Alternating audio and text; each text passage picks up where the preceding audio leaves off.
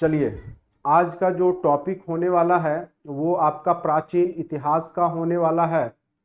और आज के टॉपिक से निश्चित तौर पे एक या दो प्रश्न बीपीएससी पूछेगा, क्योंकि जो भी महापुरुष हैं बिहार के, जिन्होंने बिहार के इतिहास में अपनी महत्वपूर्ण भूमिका निभाई है, चाहे वह सामाजिक, राजनीतिक या आर्थिक दृष्टिकोण से हो, सभी दृष्टिकोण में उन्होंने भूमिका निभाई है। तो यहाँ से निश्चित तौर पे प्रश्न आपके एग्जाम में पूछे जाते हैं। सब्जेक्ट का क्लास लीजिएगा ना सर? कौन सा सब्जेक्ट का लेंगे? अभी भी सब्जेक्ट का ही ले रहे हैं। अभी जो आपका सब्जेक्ट चल रहा है वो हिस्ट्री का चल रहा है, ठीक है। जिस दिन पॉलिटी लेते हैं उस दिन पॉलिटी का चलता है। जिस दिन, देखिए, कहने का अर्थ है जीके जीएस तो कंबाइंड रहेगा ही, और जिसका आर्ट्स पेपर है उसका रहेगा। बाकी आप कहिएगा उर्दू सब्जेक्ट पढ़ाने के लिए, संस्कृत पढ़ाने के लिए, वो मैं नहीं पढ़ाऊंगा। बाकी आपका जीएस और GK, general studies, general science, ये मैं पूरा कवर करवाऊंगा। और मैक्सिमम लोग वही होंगे, कुछ ही लोग का उर्दू या संस्कृत होगा या लैंग्वेज पेपर होगा, वो खुद करेंगे, मैं उसमें कुछ भी नहीं कर सकता। लेकिन आपके जीके जीएस में और आपके सब्जेक्ट में मैं आपको पूरा मदद करूंगा। चलिए, आज का जो टॉपिक है, अब बिना समय गवाए मैं स्टार्ट करता हूं। निश्चित तौर पे यह टॉपिक से 2-3 प्रश्न बीपीएससी हर एक बार पूछती है और इस बार भी पूछेगी, नो डाउट। जितने भी बिहार के विभूति हैं जो प्राचीन समय से लेकर के आधुनिक समय में हुए हैं, उन सब के बारे में आज चर्चा करूंगा, ठीक है। सिलेबस पहले तो आप 50% जो जीके जीएस का उसको मजबूत कीजिए। बाकी आप लोग इतने दिन से एसटीईटी क्वालिफाई हैं, आप अपने सब्जेक्ट से तो कुछ तो पढ़े होंगे, तभी तो वो सब्जेक्ट लेकर के आपने एग्जाम दिया होगा। तो उसका टेंशन नहीं लें, अपने सब्जेक्ट में तो आप महारत हासिल कर ही रखे हैं और एग्जाम पास भी किया है, आपने एसटीईटी एग्जाम भी दिया है। तो आप अपने सब्जेक्ट में डरे नहीं, बस जो भी कॉपी या किताब है उसको पलटना शुरू कर दें। बाकी जीके जीएस सेक्शन हम पे छोड़ दें, हमको कैसे करना है हम आपको करा देंगे। बशर्ते बस आप डेली वीडियो देखिए और जो मैं कहता हूं सेट बनाने के लिए बस उतना करते रहिए। बस 2-4 दिन की और बात है, सिलेबस आ जाता है तो हम भी कंफर्म हो ले। ऐसे क्या होता है कि तरह तरह के लोग तरह तरह की बातें बताते हैं, लेकिन जो विभागीय लोग हैं उन्होंने ही बताया है तो इस पे भरोसा है। लेकिन फिर भी जब तक लिखित रूप से नहीं आ जाए तब तक कुछ भी कहना मुश्किल है। और हमने तो शुरू से ही बोला है कि आपका सिलेबस हेड टीचर से ही मिलता जुलता रहेगा। आप देखिए मेरा पहला वीडियो, हमने जो बताया है वही अक्षरशः होने वाला है, ठीक है। चलिए, अब आ जाइए यहाँ पर। सबसे जो प्राचीन इतिहास के तहत हम लोग पढ़ेंगे, तो प्राचीन इतिहास में जो सबसे महत्वपूर्ण यहाँ पर आर्यभट्ट हुए। और आर्यभट्ट के बारे में आप लोग जानते हैं कि बिहार, ऐसे देखिए, आर्यभट्ट के बारे में बहुत सारे विद्वान बोलते हैं ये बिहार के नहीं थे, दक्षिण भारत के कहीं स्थल है वहां के थे। लेकिन मैक्सिमम पोर्शन में किताब में जो है इनको पटना का ही बताया गया है, पाटलिपुत्र के कुसुमपुर का बताया गया है। और यह क्वेश्चन हमें इंटरव्यू में भी पूछा गया था बीपीएससी के दौरान। और वहां पर वो जो थे, जो विशेषज्ञ थे, वो साउथ इंडिया का कोई जगह का नाम बता रहे थे। चलिए, मतभेद भी है, लेकिन फिर भी जो हमें, हमारे पास जो किताब है, जो सोर्स है, हम उसी की बातों की चर्चा करेंगे यहाँ पर, ठीक है। बहुत लोग बहुत सब्जेक्ट में रिसर्च कर रखे होते हैं, तो हमें जो नॉलेज है वो किताब का ही नॉलेज है, हमने ना ही इस पे रिसर्च किया है ना ही कुछ, ठीक है। बस इतना जानिए, जो किताब में है मैं वो आपको अच्छे से सुनाऊंगा, अच्छे से समझाऊंगा, ठीक है। तो यही है आर्यभट्ट। इन्होंने प्राचीन समय में, ठीक है, प्राचीन समय में और गुप्त काल के समय में, गुप्त काल के दौरान, गुप्त काल का जो स्वर्णिम युग कहा जाता है इतिहास में, तो उसमें ये सब विद्वान थे आर्यभट्ट जैसे। इस कारण से भी गुप्त काल को स्वर्णिम युग कहा गया था। और इन्होंने जीरो की खोज की, और जीरो के खोज के बाद ही आज अंतरिक्ष में जाना आसान हुआ। अगर जीरो की खोज नहीं हुई होती तो आज जो है चांद पर जाना या अन्य ग्रहों पे जाना नामुमकिन था। और अंक गणित को सॉल्व करने में जीरो एक बहुत ही महत्वपूर्ण भूमिका निभाता है। इसलिए इनकी जो खोज है, शून्य की खोज, बहुत ही अति महत्वपूर्ण खोज है। इसीलिए इनके बारे में कई बार प्रश्न पूछ दिया जाता है। आर्यभट्ट कहाँ के थे, और पटना यूनिवर्सिटी में आर्यभट्ट नाम का आर्यभट्ट नॉलेज यूनिवर्सिटी AKU करके यूनिवर्सिटी भी बनाया गया है। गुप्त काल के प्रसिद्ध गणितज्ञ और खगोल शास्त्री थे, गणितज्ञ भी हैं और खगोल शास्त्री भी हैं, तो याद रखना है इनके बारे में, आर्यभट्ट के बारे में। तो गणितज्ञ और खगोल शास्त्री दोनों थे और इन्होंने दशमलव व शून्य की खोज की। अगर दशमलव दे दे ऑप्शन में तो दशमलव भी या शून्य, तो दोनों एक ही चीज है। दशमलव व शून्य की खोज किसने किया था, तो आर्यभट्ट ने किया था। और बीज गणित जो है आपका, उसका प्रारंभिक आधारशिला भी इन्होंने रखा था, बीज गणित का। और इनका ग्रंथ कई बार यह क्वेश्चन पूछा गया, आर्यभट्टियम किसके द्वारा लिखा गया था, तो आर्यभट्टियम जो है वो आर्यभट्ट के द्वारा लिखा गया था। और कोपरनिकस से पहले और केपलर से पहले जो है भारतीय जो विद्वान थे, इन्होंने बता दिया था कि पृथ्वी अपनी धुरी पर घूमती हुई सूर्य के चारों ओर चक्कर लगाती है, जो कि आगे चल करके केपलर ने ज्योग्राफी में दिया और वो सब 15वीं 16वीं सदी में दिया। लेकिन उससे कई वर्ष पहले यानी गुप्त काल के ही समय में, ठीक है, गुप्त काल के ही समय में आर्यभट्ट ने यह बात बता दिया था कि पृथ्वी अपने धुरी पर घूमते हुए सूर्य के चारों ओर परिक्रमा लगाती है। चलिए, पटना में है कुसुमपुर जगह, वहीं पे इनका जन्म हुआ था। लेकिन जब आप रिसर्च करेंगे तो पता चलेगा कोई दक्षिण भारत का जगह है, वहां पे इनका जन्म हुआ था। जो भी हो, तो ये मतभेद की स्थिति बनी थी, मुझे इंटरव्यू के दौरान पूछा गया था, इसीलिए हमने इसकी चर्चा कर दी। थोड़ा सा आप लोग भी रिसर्च कर लीजिएगा इस पर, ठीक है। ऐसे बाकी हमने किताब में जो लिखा हुआ है उसी को यहाँ पे शॉर्ट नोट्स बना करके आपको रिप्रेजेंट कर दिया है, और हमने कुछ नहीं किया है, अपने मन से हमने कुछ भी यहाँ पे नहीं लिखा है। दूसरा व्यक्ति जो बहुत ही प्राचीन समय के विद्वान कूटनीतिज्ञ, जिनका की नाम है विष्णुगुप्त, कौटिल्य, चाणक्य जिनको कहा जाता है, बहुत बड़े कूटनीतिज्ञ राजनीतिज्ञ थे।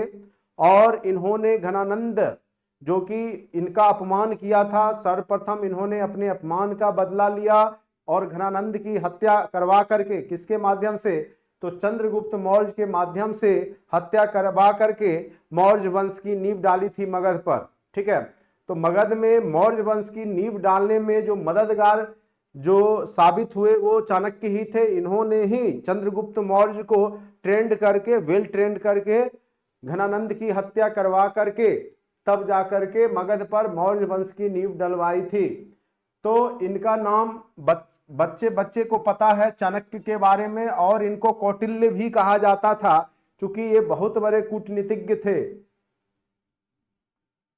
यहां पर देखिए इनके बारे में, चाणक्य चंद्रगुप्त मौर्य के महामंत्री के साथ साथ इनके राजनीतिक गुरु एवं पथ प्रदर्शक भी थे। ये चंद्रगुप्त मौर्य के केवल गुरु ही नहीं थे वरन उनके पथ प्रदर्शक भी थे। वे कौटिल्य एवं विष्णुगुप्त के नाम से भी जाने जाते हैं, ठीक है। इनको विष्णुगुप्त भी कहा जाता था, इन्हीं का नाम है। इनके द्वारा अर्थशास्त्र जो कि मौर्य प्रशासन का विस्तृत वर्णन किया गया है, वह मौर्यकालीन समाज का दर्पण भी कहा जाता है, जिसमें राजा के सप्तांग सिद्धांत के बारे में भी चर्चा किया गया है। यानी राजा और उसके जो अंग हैं, जो शरीर के अंग हैं, उसी को वर्णन करके यहाँ पर राज प्रशासन के बारे में चर्चा की गई है। और साथ साथ उस समय के समकालीन सामाजिक दृश्यों को, जैसे चाहे स्त्रियों की स्थिति हो, शूद्रों की स्थिति हो, पाटलिपुत्र के आसपास की सामाजिक स्थिति हो, उसका इसमें चर्चा किया गया है। तो इसीलिए इसको मौर्यकालीन समाज का दर्पण भी कहा जाता है। किसको, तो जो अर्थशास्त्र इन्होंने लिखा है उसे, ठीक है। तो ये याद रखिएगा, अर्थशास्त्र अगर पूछे अर्थशास्त्र के रचयिता कौन है तो चाणक्य,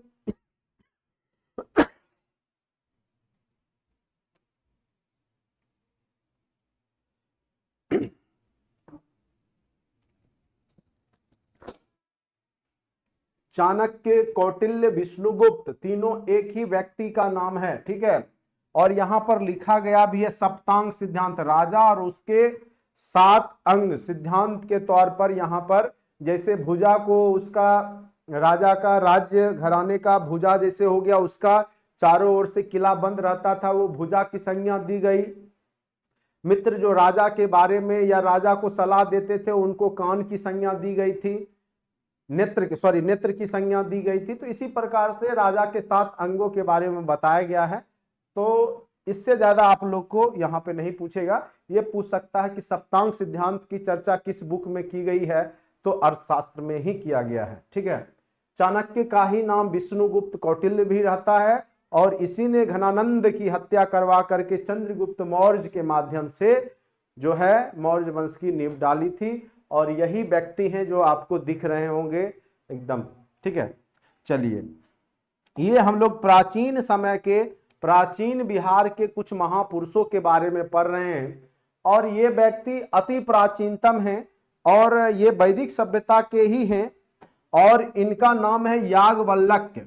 ठीक है, याज्ञवल्क्य, इनका वर्णन रामायण, महाभारत एवं अनेक महापुराणों में मिलता है, जो कि विदेह के राजा जनक, जो मिथिला का एरिया है विदेह, ठीक है, उसी के समकालीन थे। इनकी प्रमुख रचना याज्ञवल्क्य स्मृति, वृहदारण्यक तथा शतपथ ब्राह्मण है, जिसमें प्राचीन समय में बिहार के बारे में लिखा गया है शतपथ ब्राह्मण ग्रंथ में।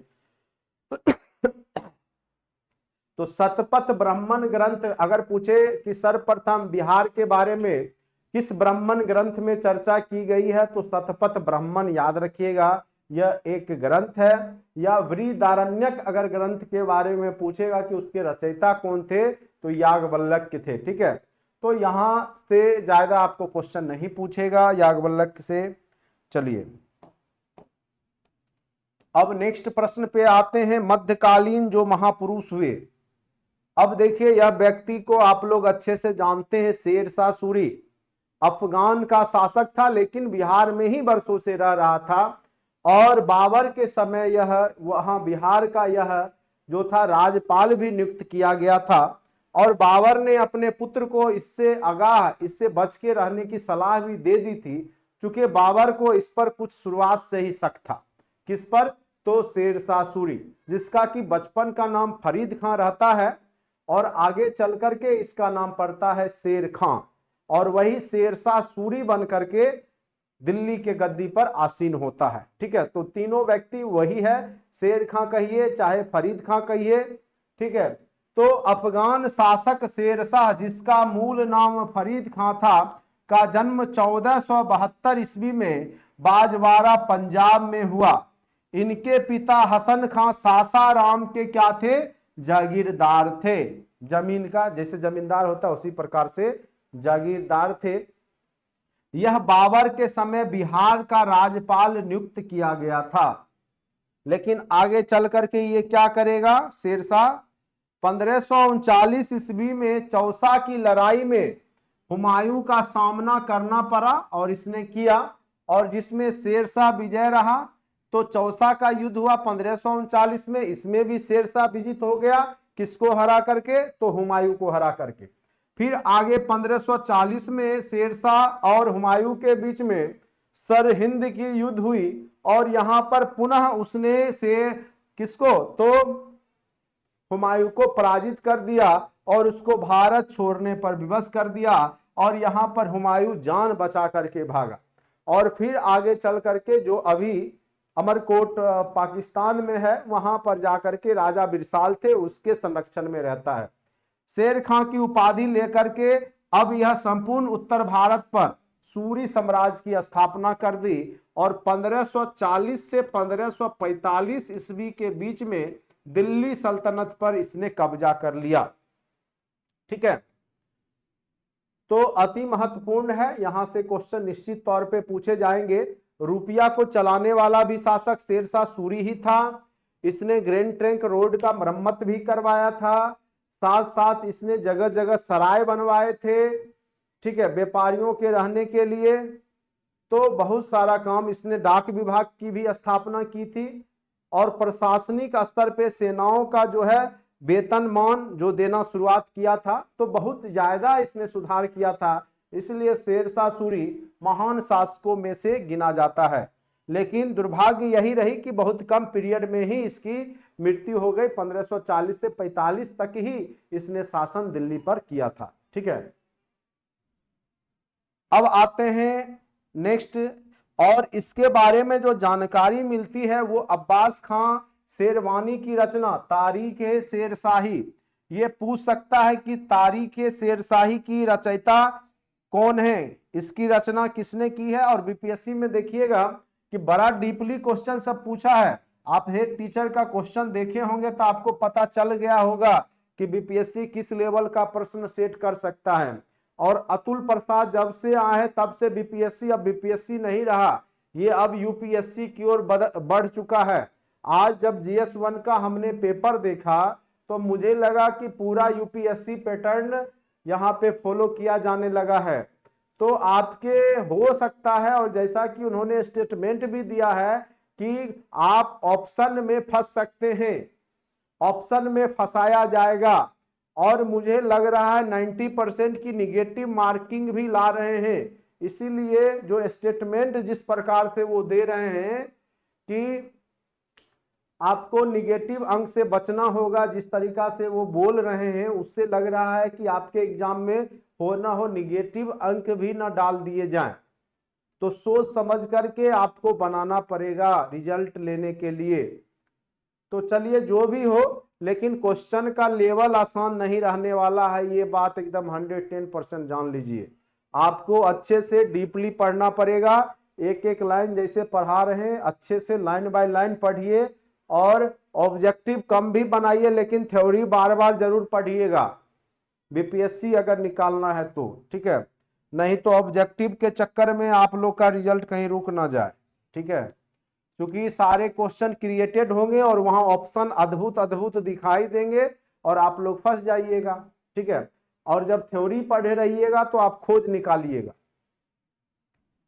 और क्या होता है जब आप ऑब्जेक्टिव बना के जाते हैं तो पहले से प्री माइंड डाटा डिफाइन किए हुए रहता है, ये क्वेश्चन आएगा तो यही आंसर देंगे, और यही बात का फायदा बीपीएससी उठा लेगा। तो इसीलिए थ्योरी पर विशेष फोकस कीजिए। मैं क्यों बोल रहा हूं ये आपको अगस्त के बाद पता चलेगा, अभी नहीं। चलिए अब आ जाइए गुरु गोविंद सिंह के बारे में जानिए। ये गुरु गोविंद सिंह सिख धर्म के 10वें गुरु हैं। इनके बाद 10वें और अंतिम गुरु हैं, इसके बाद कोई गुरु नहीं बने। उसके बाद जो गुरु ग्रंथ साहिब है, उनका जो ग्रंथ है उसी को गुरु मान लिया गया। तो सिख पंथ के 10वें और अंतिम गुरु कौन थे? गुरु गोविंद सिंह। और इनका जन्म बिहार में ही पटना साहिब या पटना सिटी कह सकते वहां हुआ। और कब हुआ था? तो इनका जन्म 1662 ईस्वी में 22 दिसंबर को हुआ, बिहार के पटना साहिब में। और इनके पिता का नाम था गुरु तेग बहादुर, और इनके द्वारा खालसा पंथ की शुरुआत की गई। कई बार प्रश्न पूछा जा चुका है कि खालसा पंथ की शुरुआत किसके द्वारा की गई? तो गुरु गोविंद सिंह के द्वारा। और इन्होंने मुगल साम्राज्य से संघर्ष करने के लिए पाहुल प्रथा की भी शुरुआत की। ठीक है, कई बार यहां से गुरु नानक से भी पूछता संगत और पंगत प्रथा की शुरुआत किसने किया था? तो वो गुरु नानक देव ने किया था, प्रथम गुरु गुरु नानक देव। तलवंडी में उनका जन्म हुआ था 1469 ईस्वी में। जब हम लोग आधुनिक इतिहास पढ़ेंगे तब उसमें अच्छे से हम लोग गुरु नानक देव के बारे में भी पढ़ेंगे। ठीक, तो आप लोग घबराइए नहीं, पूरा टॉपिक अच्छे से हम आपका करवा देंगे। और अगर 10 दिन बाद भी एग्जाम होगा फिर भी मैं आपको पूरा करवा दूंगा, इसीलिए आप लोग टेंशन नहीं लीजिएगा। ठीक है, सिर्फ जितना कह रहे हैं उतना करते जाइए। प्रचलन किया तो पाहुल प्रथा, और खास करके मुगलों से बचने के लिए, मुगल का विरोध करने के लिए दीक्षा पाहुल प्रथा की शुरुआत किसने किया था? तो गुरु गोविंद सिंह, जो कि 10वें गुरु हैं। ठीक है, चलिए अब आते हैं मेन रूप से। देखिए जो जो मेन यहाँ पर व्यक्तित्व वाले इंसान हैं जिन्होंने कुछ दिया है बिहार को, या जिनका नाम इतिहास में अमर है, उन्हीं के बारे में यहाँ पे हम लोग चर्चा कर रहे हैं। ठीक, आवाज वगैरह सबको अच्छे से जा रही है, कोई दिक्कत नहीं है। अब आ जाइए डॉक्टर राजेंद्र प्रसाद, इनको कौन नहीं जानता, और भारत के प्रथम राष्ट्रपति। और बहुत ही मेधावी छात्र भी रहे थे। इसीलिए 3 दिसंबर का जो इनका जन्म दिवस है उस दिन मेधा दिवस के रूप में मनाया जाता है। डॉक्टर राजेंद्र प्रसाद के बारे में जानिए। भारत के प्रथम राष्ट्रपति थे जिन्हें देश रत्न की भी उपाधि दी गई थी और इन्हें देश रत्न के नाम से भी जाना जाता है। इनका जन्म 3 दिसंबर 1884 ईस्वी को हुआ और कहां पर, तो सिवान जिले के जीरादेई नामक जगह पर। तो डायरेक्ट प्रश्न पूछे जा सकते हैं कि डॉक्टर राजेंद्र प्रसाद का जन्म किस जिला अंतर्गत कहां हुआ, तो सिवान जिले के अंतर्गत जीरादेई एक जगह है, वहां पे इनका जन्म कब हुआ, तो 3 दिसंबर 1884 को। और इसी दिवस को हम लोग मेधा दिवस के रूप में बिहार में मनाया जाता है, क्योंकि ये बहुत ही ज्यादा मेधावी छात्र रहे थे अपने जीवन काल में। अब देखिए इनकी कीर्ति बहुत ज्यादा है। एक तो ये आपके मेधावी छात्र तो थे ही और राष्ट्रपति भी बने और टैलेंटेड तो थे ही, और साथ साथ बहुत अच्छे राजनीतिज्ञ भी थे, समाज सेवी भी थे। चलिए इनके बारे में जानिए। बंग भंग आंदोलन जब 1906 में चल रहा था तो उससे प्रभावित होकर इन्होंने पटना कॉलेज के हॉल में अपने नेतृत्व में बिहारी छात्र सम्मेलन का प्रथम अधिवेशन आयोजित किया था। 1934 ईस्वी में कांग्रेस का जो 48वां अधिवेशन हुआ था उसकी अध्यक्षता भी इन्होंने ही की थी। वर्ष 1946 से 47 तक जब संविधान निर्माण हो रहा था तो उसमें भी इन्होंने सक्रिय भूमिका निभाते हुए अस्थायी अध्यक्षता की। आपको पता होगा 11 दिसंबर 1946 को संविधान सभा में जब बैठक हुई तो अस्थायी अध्यक्ष के रूप में डॉक्टर राजेंद्र प्रसाद को ही चुना गया और ये 3 बार राष्ट्रपति के रूप में शपथ ग्रहण किए। 1962 में इन्हें भारत रत्न की उपाधि दी गई। अब तक सबसे ज्यादा राष्ट्रपति का जो पीरियड है, सबसे ज्यादा समय तक राष्ट्रपति रहने वाले व्यक्ति भी डॉक्टर राजेंद्र प्रसाद ही हैं। चलिए अब कुछ लोग हैं जिनके बारे में आप लोग उतने अच्छे से नहीं भी जानते हैं, लेकिन 1-2 लाइन, चूंकि बीपीएससी है और जानबूझ करके वैसे प्रश्न पूछे जाते हैं जो आप फंस जाइए, तो उनके बारे में भी जो थोड़ा बहुत जानकारी है वो आप लोग ले लीजिए। ठीक है। हसन इमाम, ये एक बड़े यहाँ पे देखिए लिखा हुआ है, हसन इमाम वरिष्ठ बैरिस्टर और राष्ट्रवादी नेता थे। ये वर्ष 1912 में कलकत्ता हाईकोर्ट के प्रथम बिहारी न्यायाधीश, अगर पूछेगा कि कलकत्ता हाईकोर्ट के प्रथम बिहारी न्यायाधीश कौन बने थे तो हसन इमाम बने थे, याद रखिएगा। ठीक है, कलकत्ता हाईकोर्ट के प्रथम बिहारी न्यायाधीश बने हसन इमाम। पूछेगा तो यही पूछेगा। वर्ष 1921 में बिहार एवं उड़ीसा के विधान परिषद के प्रथम उपाध्यक्ष भी निर्वाचित हुए थे हसन इमाम। तो आप लोग के पास नोट्स हमने भेज ही दिया है। बाकी इस संडे को हम जो अपने ऐप में है पूरा सिस्टमेटिक कर देंगे। जो भी आपका क्लास हुआ है इधर, जो लाइव सेशन लिए, वो भी आपके कंटेंट के उस सब्जेक्ट के फोल्डर में दिखेगा। सिस्टमेटिक में कर दूंगा। अभी थोड़ा सा टाइम का अभाव था इसलिए हमने नहीं किया। अभी आपका सारा रिकॉर्डेड सेशन जो है, लाइव सेशन वाला जो वीडियो है उसी में दिखेगा। कल थोड़ा सा मेरा माइक का क्या हुआ था कि बैटरी लो हो गया था, जिस कारण से साउंड आपको नहीं मिल पा रहा था। तो कई लोग मैसेज पढ़ते नहीं है, ऑफ हो गए थे। आज पूछ रहे थे सर कल वाला क्लास कब होगा, तो कल वाला क्लास हमने कल ही करवा दिया था और आप लोग को रिकॉर्डेड सेशन में आपको दिख जाएगा। अब आ जाइए सच्चिदानंद सिन्हा, इनके बारे में सभी लोग को पता ही होगा सच्चिदानंद सिन्हा के बारे में। और ये भी एक बहुत बड़े प्रसिद्ध जो है शिक्षाविद भी थे, अधिवक्ता भी थे और साथ साथ सांसद भी रहे थे और पत्रकार भी थे। कई क्वालिटी इनमें मौजूद था। और साथ ही भारत के संविधान सभा के प्रथम और अस्थायी अध्यक्ष जो बनाए गए थे 9 दिसंबर 1946 को, वो सच्चिदानंद सिन्हा को ही बनाया गया था। जैसा कि इमेज में आप देख पा रहे हैं, यही वो व्यक्तित्व हैं जिनका नाम सच्चिदानंद सिन्हा है।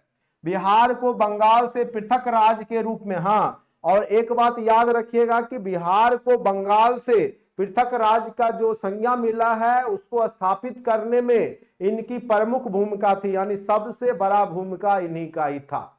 अगर कह सकते हैं तो इनको फादर ऑफ बिहार भी कह सकते हैं, क्योंकि इन्होंने ही प्रमुख भूमिका निभाई थी बिहार को बंगाल से अलग करने में। ठीक है, तो बिहार को बंगाल से पृथक राज्य के रूप में स्थापित करने वाले लोगों में इनका नाम सबसे प्रमुख है। ये याद रखिएगा, ये प्रथम भारतीय थे जिन्हें गवर्नर हाउस ऑफ लॉर्ड्स की का सदस्य और प्रीवी काउंसिल हेतु सदस्यता प्रदान की गई थी।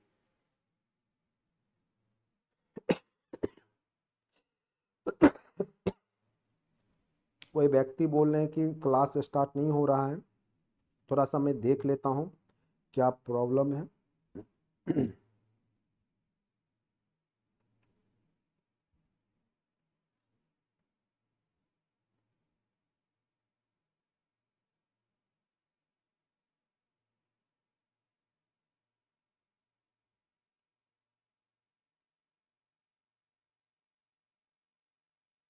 चलिए अब खोल लीजिए, दिखेगा। ठीक है, जो भी लोग नहीं देख पा रहे थे उनको अब दिखना शुरू हो जाएगा। वो कुछ उनके मोबाइल में वायरस वगैरह रहता है, उस कारण से वो ब्लॉक हो जाता है, तो वो मैं यहाँ से ठीक करूंगा तभी वो चलेगा।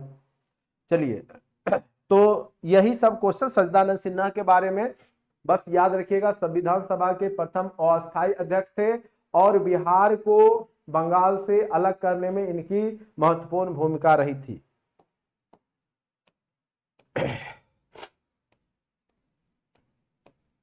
अब देखिए सत्येंद्र प्रसाद सिन्हा के बारे में जानिए, ये प्रथम आईएएस हैं। सत्येंद्र प्रसाद सिन्हा प्रथम भारतीय गवर्नर के रूप में इनकी नियुक्ति की गई थी। सत्येंद्र प्रसाद सिन्हा बंगाल के एडवोकेट जनरल थे। वह पहले भारतीय थे जिन्होंने वायसराय की काउंसिल में विधि सदस्य के रूप में प्रवेश करने का सम्मान प्राप्त किया था। प्रथम विश्व युद्ध के पश्चात इन्हें लॉर्ड की उपाधि दी गई थी और वह under secretary of state for India के पद पर नियुक्त कर दिए गए।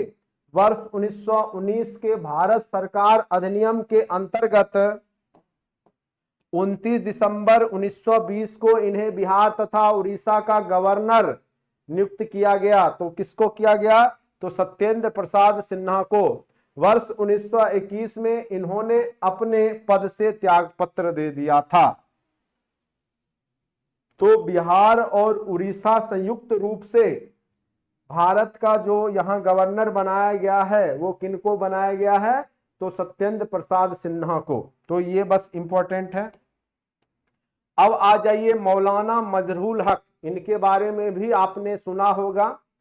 और जो आपका सदाकत आश्रम है उसमें भी इन्होंने भूमिका निभाई थी।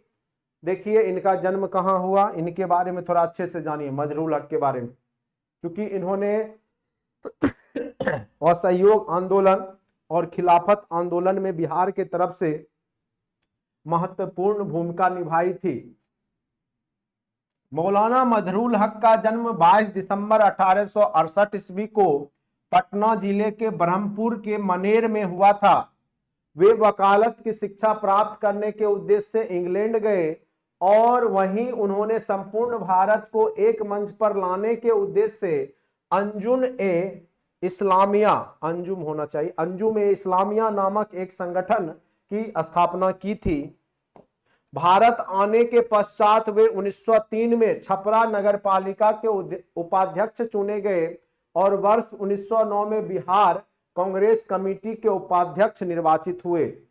1 दिसंबर, अब देखिए ये अति महत्वपूर्ण लाइन है, इसको एकदम याद रखिएगा। बिहार में होम रूलिंग की स्थापना करने में जो सभापति की भूमिका निभाए थे वो मजहरूल हक ही थे। अति महत्वपूर्ण प्रश्न यहां से पूछा जा सकता है। 1 दिसंबर 1916 को बिहार में होम रूलिंग आया और बिहार में होम रूलिंग की स्थापना के समय इन्हें सभापति के रूप में चुना गया। किन्हें? तो मजहरूल हक को। असहयोग आंदोलन और खिलाफत आंदोलन, आपको पता होगा प्रथम विश्व युद्ध के बाद खिलाफत आंदोलन, जिसमें भारत के मुसलमानों ने अंग्रेजों का विरोध किया था और इसी को जो खिलाफ किया था उसी को खिलाफत आंदोलन कहा गया। और गांधी जी ने इसको हिंदू मुस्लिम एकता के रूप में देखा और असहयोग आंदोलन साथ में शुरुआत कर दी थी, ने भी सक्रिय भूमिका निभाई। और सबसे महत्वपूर्ण लाइन यहां पे मिल गया, द मदरलैंड नामक पत्र, यह बीपीएससी पिछले वर्ष भी पूछ चुका है कि द मदरलैंड नामक जो पत्र था उसको किसने प्रकाशित करवाया था, तो मजरूल हक ने ही किया था। और पटना में इन्होंने सदाकत आश्रम की भी नींव डाली। आज भी जो पटना में आप देखते हैं बिहार विद्यापीठ एवं सदाकत आश्रम है, वो मजरूल हक का ही देन है। ठीक है, और ये बिहार विद्यापीठ के कुलाधिपति भी रहे और महात्मा गांधी ने इन्हें देश भूषण की उपाधि दी थी। तो अगर पूछे कि देश भूषण की उपाधि किसे मिली, तो मजरूल हक। और यही सब क्वेश्चन बीपीएससी खोज के निकालेगा और आप लोगों से पूछेगा। ठीक है, इसीलिए ये सब क्वेश्चन आपको कहीं नहीं मिलेगा, किसी ऑब्जेक्टिव बुक में आप नहीं खोज पाइएगा कि क्वेश्चन पूछा हो कि देश भूषण की उपाधि गांधी जी ने किसको दिया। अब वहां पूछ देगा एग्जाम में और आप लोग जो है कंफ्यूज हो जाइएगा, बनेगा ही नहीं, चूंकि ऑब्जेक्टिव में कभी बनाए नहीं होंगे, लेकिन थ्योरी में है यह क्वेश्चन, देश भूषण की उपाधि किसे दी गई थी, तो मजरूल हक को दिया गया था। इसीलिए मैं बार बार बोलता हूं थ्योरी पढ़िए। अब आ जाइए रामधारी सिंह दिनकर, राष्ट्र कवि को कौन नहीं जानता, हम लोग के पड़ोसी भी हैं। और रामधारी सिंह दिनकर हिंदी के एक प्रमुख लेखक, कवि और निबंधकार थे, जिनका जन्म 23 दिसंबर 1908 को बिहार राज्य के बेगूसराय जिला स्थित सिमरिया नामक ग्राम में हुआ था। विद्यार्थी जीवन से ही इनके अंदर ऐसे कविता लिखने की कला मौजूद थी और इन्होंने साहित्य की दोनों विधाओं, गद्य और पद दोनों में अतुलनीय प्रसिद्धि प्राप्त की थी। और इनकी जो पहली पुस्तक है प्रमाण मंत्र, और इन्होंने यह बुक अपने हाई स्कूल पास करने के बाद ही प्रकाशित कर दिया था। ठीक है, अपने आप में आप सोच सकते हैं कि कितने बड़े महान ये साहित्यकार और जो है कविता लिखने वाले कवि थे कि हाई स्कूल समय से ही इन्होंने जो है कविता लिखना प्रारंभ कर दिया था।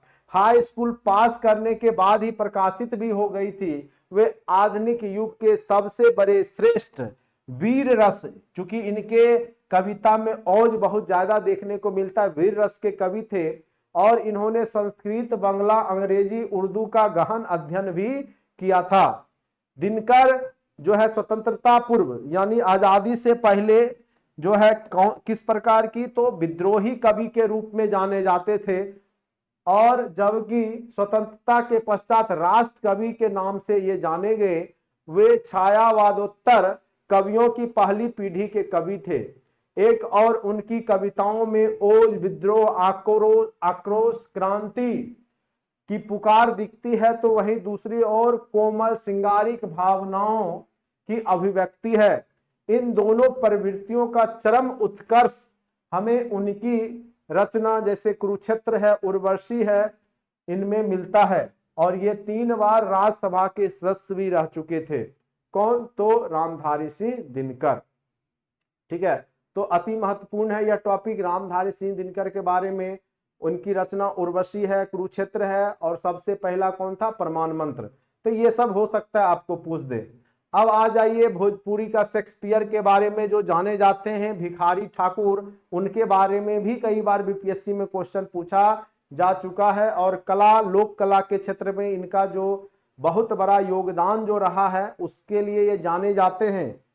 भिखारी ठाकुर, भिखारी ठाकुर का जन्म 18 दिसंबर 1887 ईस्वी को बिहार राज्य के सारण जिले के कुतुबपुर दियारा गांव में एक जो है नाटू परिवार लिखा हुआ है, पता नहीं नाटू है क्या है, थोड़ा सा देख लीजिएगा, में हुआ था। भिखारी ठाकुर बहुआयामी प्रतिभा के व्यक्ति थे जो भोजपुरी के समर्थ लोक कलाकार, रंगकर्मी। तो मेन रूप से ये जानिए कि भोजपुरी का शेक्सपियर इनको कहा गया है और भोजपुरी में इनका बहुत बड़ा योगदान है। भोजपुरी के भाषा के विकास में, भोजपुरी के पद के, गद्य के विकास में। ठीक है, तो ये इसीलिए जाने जाते हैं।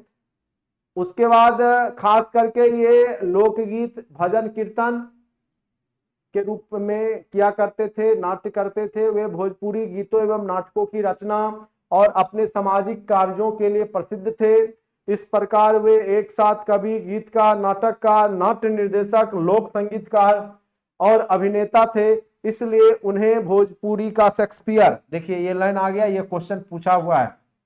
भिखारी ठाकुर को भोजपुरी का शेक्सपियर कहा जाता है और आपके देश का शेक्सपियर कालिदास को कहा जाता है। ठीक है। उनकी लिखी किताबें उस समय वाराणसी, हावड़ा एवं छपरा से प्रकाशित होती थी। खास करके नाटक, नाच ये सब लिखा करते थे।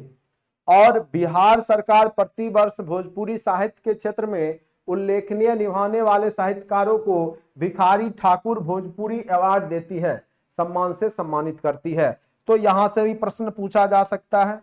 चलिए अब आ जाइए फणीश्वर नाथ रेणु के बारे में जानेंगे। और ये भी बहुत बड़े कवि हैं। ठीक है, इनके बारे में भी क्वेश्चन पूछा जा सकता है। फणीश्वर नाथ रेणु, इनका जन्म जो है 4 मार्च 1921 के बिहार को अररिया में, जो कि फारबिसगंज के पास है, और आही हिगना नामक ग्राम में हुआ था। और यह गांव पहले पूर्णिया जिला में था। हिंदी उपन्यासों की दुनिया में जैसे आंचलिकता को आंदोलन के रूप में, जैसे मैला आंचल इनका सबसे श्रेष्ठ रचना है। तो बस ये जानिए कि मैला आंचल किसकी कीर्ति है, तो फणीश्वर नाथ रेणु को की कीर्ति है। और पद्मश्री पुरस्कार से भी इनको सम्मानित किया गया था।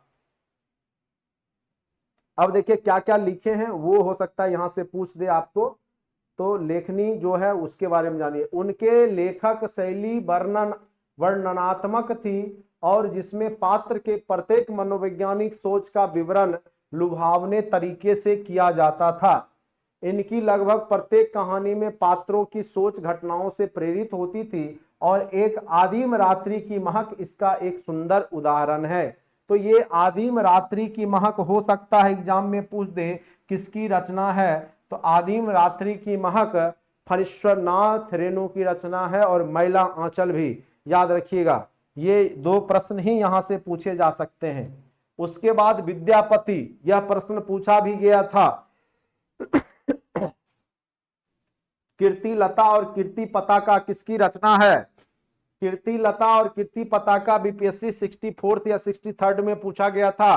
किसकी रचना है? तो विद्यापति का। और मैथिल कोकिल के नाम से कौन जाने जाते हैं? तो विद्यापति। इनके बारे में अच्छे से जानिए, ये पूछा जा सकता है। मैथिल कोकिल के नाम से प्रसिद्ध थे कौन? तो विद्यापति। इनका जन्म बहुत पहले 1380 ईस्वी में ही बिस्फी ग्राम, जो कि मधुबनी में पड़ता है, वहां पर हुआ था। विद्यापति संस्कृत, अपभ्रंश, अवहट और मैथिली आदि भाषाओं के बहुत बड़े जानकार थे और इन्होंने सभी भाषाओं में अपनी कृतियों की रचना की है। श्रृंगार शास्त्र के महाकवि विद्यापति ने अनेक राजाओं के राज दरबार में सम्मानजनक स्थान प्राप्त किया और मैथिली को अपने उत्कर्ष पर पहुंचाया। साथ साथ ये भगवान शिव के परम भक्त भी थे और शिव नचारी भी गाते थे। ठीक है, तो ये विद्यापति का आप देख पा रहे होंगे फिगर। और साथ साथ कीर्ति लता और कीर्ति पताका, कीर्ति लता कीर्ति पताका ये इनकी रचना है, यह पूछा जा चुका है, तो हो सकता है। और शिव भक्त थे, शिव नचारी भी गाते थे और मैथिल कोकिल के नाम से जाने जाते हैं। तो 3 ही प्रश्न यहां से पूछने की संभावना है। अब आ जाते हैं शिवपूजन सहाय के बारे में जानते हैं। ये भी एक शिवपूजन सहाय का जन्म 9 अगस्त 1893 को बिहार राज्य के भोजपुर जिला में हुआ था, जो हिंदी के बहुत बड़े प्रसिद्ध उपन्यासकार, कहानीकार, संपादक और पत्रकार के रूप में प्रसिद्ध हुए। और इन्होंने जागरण, हिमालय, माधुरी बालक आदि कई प्रतिष्ठित पत्रिकाओं में संपादन किया था। 1924 में लखनऊ में प्रेमचंद के साथ माधुरी का संपादन किया। 4 खंडों में इनकी समस्त रचनाएं शिव पूजन ग्रंथावली के नाम से जानी जाती है। और आगे चल करके 1939 से 49 में राजेंद्र कॉलेज जो छपरा में है, वहां पर हिंदी के प्रधानाध्यापक के रूप में भी कार्य किए। और फिर 1950 से 59 तक पटना में बिहार राष्ट्र भाषा परिषद के निदेशक रहे। उन्हें साहित्य और शिक्षा के क्षेत्र में अनन्य योगदान के लिए 1960 ईस्वी में पद्म भूषण से सम्मानित किया गया था। तो इतना बस याद रखिए, हिंदी के बहुत बड़े साहित्यकार थे शिवपूजन सहाय। अभी जो हमने जो पढ़ा रहे हैं वो हिंदी के ही कवि हैं और साहित्यकार हैं, उसी के बारे में। एक आ जाइए राम वृक्ष बेनीपुरी के बारे में जानिए। 23 तो इस भी ये सब नहीं पूछेगा कि कब जन्म हुआ इनके बारे में, ये सब उतना इंपॉर्टेंट नहीं है, लेकिन बस थोड़ा सा जानकारी रखिए उनके बारे में। राम वृक्ष बेनीपुरी का जन्म 23 दिसंबर 1899 को बिहार राज्य के मुजफ्फरपुर जिला के बेजीपुर नामक ग्राम में हुआ था। ठीक है, वे सच्चे देशभक्त थे। उन्होंने भारतीय स्वतंत्रता संग्राम में 8 वर्ष जेल में भी बिताए थे। इनकी प्रसिद्ध गद्य लेखन के क्षेत्र में है, जो एक जाने माने पत्रकार भी थे। इन्होंने कई समाचार पत्र जैसे युवक 1929 का संपादन किया। तो हो सकता है यह प्रश्न पूछ दे कि युवक पत्र का संपादन किसने किया, समाचार पत्र का, तो राम वृक्ष बेनीपुरी। ठीक है, और इसके अलावा कई राष्ट्रवादी और स्वतंत्रता संग्राम संबंधी कार्यों में भी संलग्न रहे थे। अब आ जाइए अनुग्रह नारायण सिंह के बारे में जानकारी एकत्रित कीजिए। अनुग्रह नारायण सिंह नाम है इनका, सिन्हा काट दीजिएगा। डॉक्टर अनुग्रह नारायण सिंह का जन्म 18 जून 1887 को बिहार राज्य के औरंगाबाद जिले में हुआ था। तो ये अति महत्वपूर्ण है, कहां पे हुआ था, तो औरंगाबाद में। जगह का नाम है पोइयावा नाम के ग्राम में हुआ। इन्होंने अंग्रेजों के विरुद्ध महात्मा गांधी एवं डॉक्टर राजेंद्र प्रसाद के साथ मिलकर के चंपारण सत्याग्रह में भी भूमिका निभाई थी।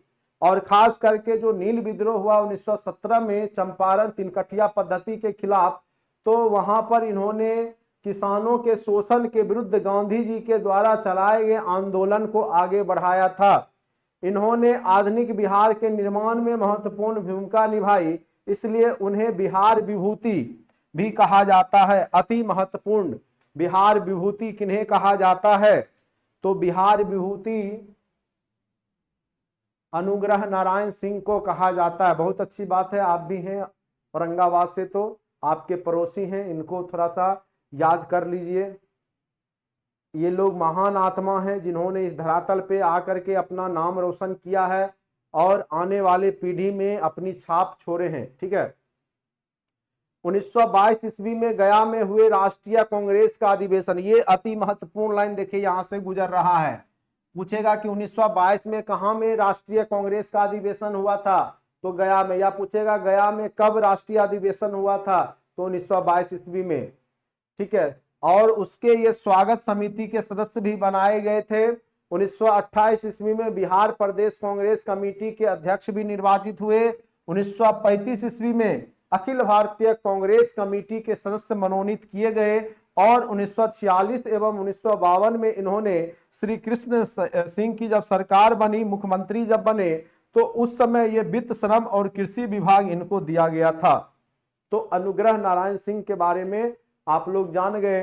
तो मेन रूप से यहां पर ये जानिए कि इन्होंने चंपारण सत्याग्रह में भूमिका निभाई और 1922 का जब गया में राष्ट्रीय कांग्रेस अधिवेशन होने वाला था, तो उसमें स्वागत समिति के सदस्य के रूप में थे ये। कर्पूरी ठाकुर, इनको भी लगभग लोग जानते ही होंगे, बिहार के मुख्यमंत्री भी रह चुके हैं। कर्पूरी ठाकुर का जन्म 24 जनवरी 1924 को हुआ। बिहार राज्य के समस्तीपुर जिला स्थित पितौजिया नामक ग्राम में हुआ था, जिसे अब कर्पूरी ग्राम के नाम से भी जाना जाता है। ठीक है, और वे भारत के महान स्वतंत्रता सेनानी, शिक्षक भी थे और राजनीतिज्ञ भी थे। एक बहुत बड़े कह सकते हैं कि इनका योगदान है। बिहार के राजनीति के चाणक्य एवं स्वतंत्रता संग्राम के अमर सेनानी जननायक कर्पूरी ठाकुर सच्चे अर्थों में गरीबों के मसीहा और लोकनायक जयप्रकाश नारायण एवं समाजवादी चिंतक डॉक्टर राम मनोहर लोहिया उनके राजनीतिक गुरु थे। यानी कर्पूरी ठाकुर एक महान व्यक्तित्व के इंसान थे, बिहार के मुख्यमंत्री भी बने और इन्होंने बिहार के विकास में महत्वपूर्ण योगदान निभाया था। शुरुआती दौर में 1952 में ये पहली बार विधायक बने। 1967 में बने मंत्रिमंडल में उप मुख्यमंत्री, वित्त एवं शिक्षा विभाग के मंत्री बनाए गए। वे बिहार राज्य के दूसरे उप मुख्यमंत्री थे। वे 22 दिसंबर 1970 से 2 जून 71 और 24 जून 1977 से 21 अप्रैल 1979 के दौरान 2 बार बिहार के मुख्यमंत्री भी रहे थे। तो याद रखना है बस। अब इनको कौन नहीं जानता, भारत छोड़ो आंदोलन के दौरान इन्होंने महत्वपूर्ण भूमिका निभाई थी, आजाद दस्ता का गठन किया और एक्टिविटी, यहां पर क्रांतिकारी एक्टिविटी से लोगों को अवगत कराया था। स्वतंत्रता से पूर्व भी और स्वतंत्रता के बाद भी इन्होंने इंदिरा गांधी के समय में इंदिरा गांधी सरकार का विरोध करते हुए यहाँ पर छात्र नेता का समर्थन लेते हुए संपूर्ण क्रांति नामक जो है आंदोलन भी चलाया था। ठीक है, तो देखिए जयप्रकाश नारायण भारतीय स्वतंत्रता सेनानी, समाज सेवक, राजनेता, जिन्हें लोकनायक, यह क्वेश्चन पूछा गया है कि लोकनायक किन्हें कहा गया है, तो लोकनायक जयप्रकाश नारायण को और लोकमान बाल गंगाधर तिलक को कहा गया है। तो छोटा छोटा क्वेश्चन भी कई बार आपके एग्जाम में आ जाता और आप कंफ्यूज हो जाते हैं। तो लोकनायक थे ये जयप्रकाश नारायण। जयप्रकाश नारायण भारतीय स्वतंत्रता सेनानी, समाज सेवक एवं राजनेता थे, जिन्हें लोकनायक के नाम से भी जाना जाता है। इनका जन्म 11 अक्टूबर 1902 को बिहार राज्य के सारण जिले में स्थित सिताब दियारा, यह भी क्वेश्चन पूछा हुआ है कि जयप्रकाश नारायण का जन्म कहां हुआ था, तो किस जिला के अंतर्गत, तो याद रखिएगा कि सारण जिला, छपरा सारण सब उसके कहां पे, सिताब दियारा में इनका जन्म हुआ था। और शुरुआत में ये मार्क्सवादी विचारधारा के समर्थक थे, परंतु बाद में समाजवाद की ओर उन्मुख हुए और बिहार के पहले उप मुख्यमंत्री तथा सह वित्त मंत्री भी रहे थे जयप्रकाश नारायण। और 1974 ईस्वी में छात्र आंदोलन का नेतृत्व स्वीकार करते हुए उन्होंने 1970 में इंदिरा गांधी सरकार के विरुद्ध संपूर्ण क्रांति नामक आंदोलन भी चलाया था। तो संपूर्ण क्रांति नामक आंदोलन करने वाले व्यक्ति कौन थे, तो जयप्रकाश नारायण। याद रखना है आपको, यहां से क्वेश्चन पूछा जा सकता है। उन्हें समाज सेवा के लिए 1965 में मैग्सेसेस अवार्ड दिया गया था। यह अवार्ड अभी रविश कुमार पत्रकार को भी दिया गया है। इसके अतिरिक्त 1999 में उन्हें मरणोपरांत भारत रत्न से भी सम्मानित किया गया था। इनकी जीवनी पर आधारित जयप्रकाश नामक पुस्तक राम वृक्ष बेनी पुरी द्वारा भी प्रकाशित किया जा चुका है। तो ये आप लोग अच्छे से बिहार के भूतत्व के बारे में पढ़ लिए। अब कुछ और भी है जिसको कि मैं अभी लगातार आपको पढ़ा के समाप्त करूंगा। इनका नाम भी आपने सुना होगा, दशरथ मांझी, सिताब दियारा।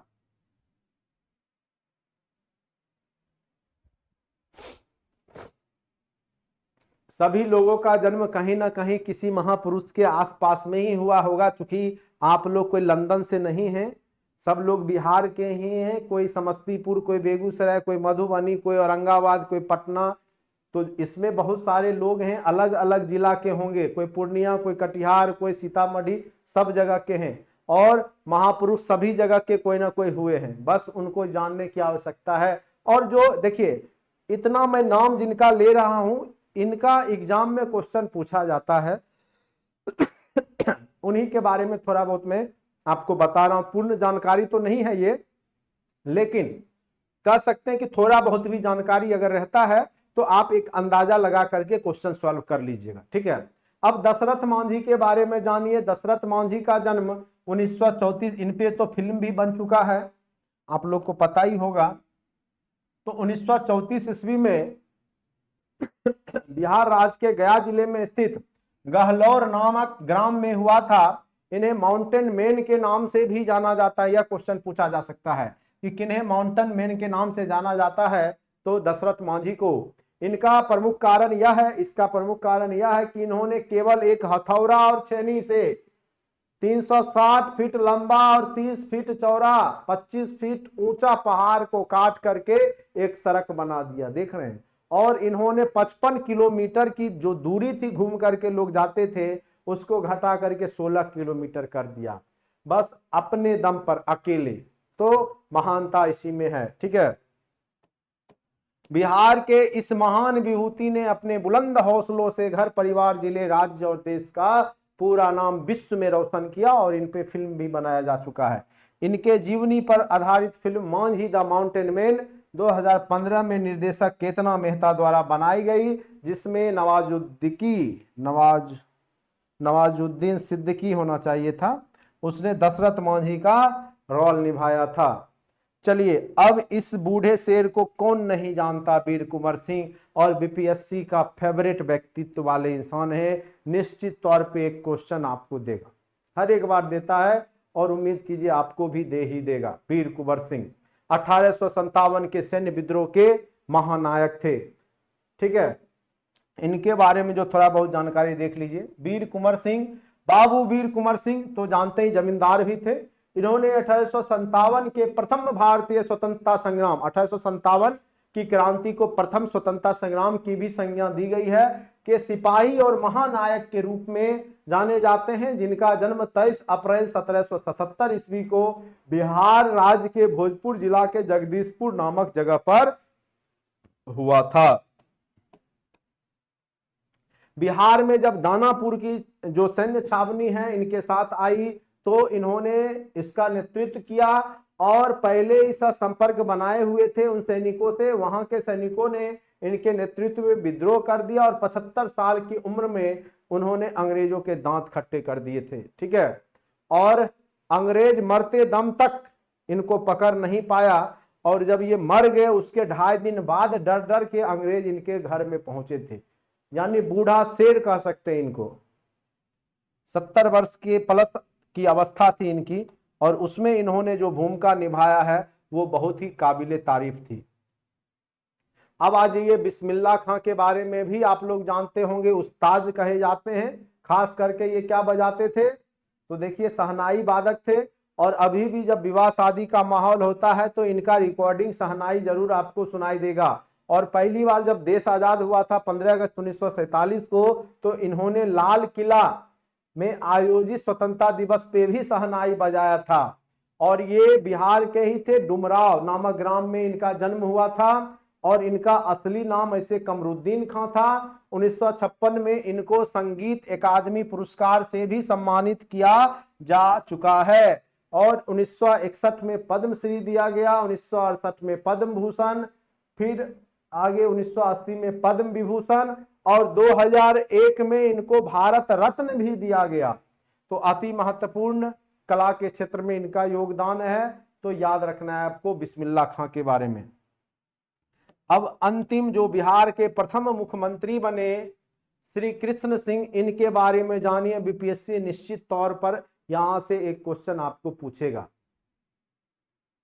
अब देखिए, श्री कृष्ण सिंह का जन्म 21 अक्टूबर 1887 ईस्वी को बिहार राज्य के नवादा जिले के नरहट प्रखंड में हुआ था। कुछ लोग नवादा के भी होंगे, और नरहट प्रखंड में इनका जन्म हुआ था, और जगह के गांव का नाम है खनवा, जबकि उनका पैतृक गांव शेखपुरा जिले के बरबीघा प्रखंड में जो मौर है जगह वहां पे पड़ता है। शेखपुरा लखीसराय को काट करके बनाया गया है।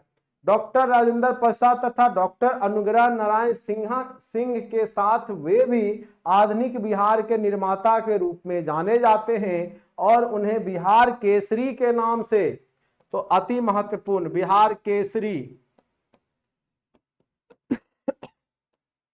किन्हें कहा जाता है, तो श्री कृष्ण सिंह को बिहार केसरी, याद रखिएगा, अति महत्वपूर्ण।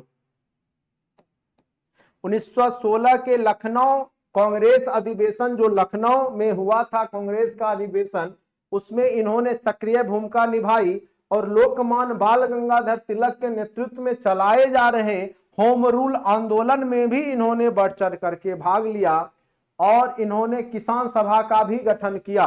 किसके नेतृत्व में, तो 1929 में सोनपुर मेले में स्वामी सहजानंद सरस्वती, जो कि अखिल भारतीय किसान सभा के अध्यक्ष भी थे, तो उनके नेतृत्व में जाकर के किसान सभा का आयोजन भी किए, और बिहार में स्वायत्त शासन के शुभारंभ पर 20 जुलाई 1937 को कांग्रेस सरकार का गठन हुआ, और श्री कृष्ण सिंह को बिहार का, देखिए अति महत्वपूर्ण लाइन, प्रधानमंत्री, अगर कोई पूछे कि बिहार के प्रथम प्रधानमंत्री, तो क्वेश्चन गलत मत कहिएगा, क्वेश्चन सही है।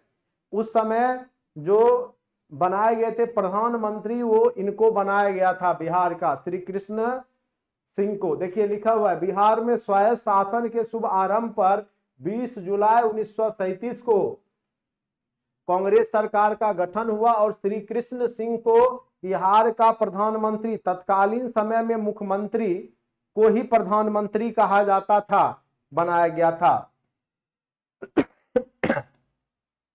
स्वतंत्रता प्राप्ति के पश्चात श्री कृष्ण सिंह बिहार राज्य के प्रथम मुख्यमंत्री बने।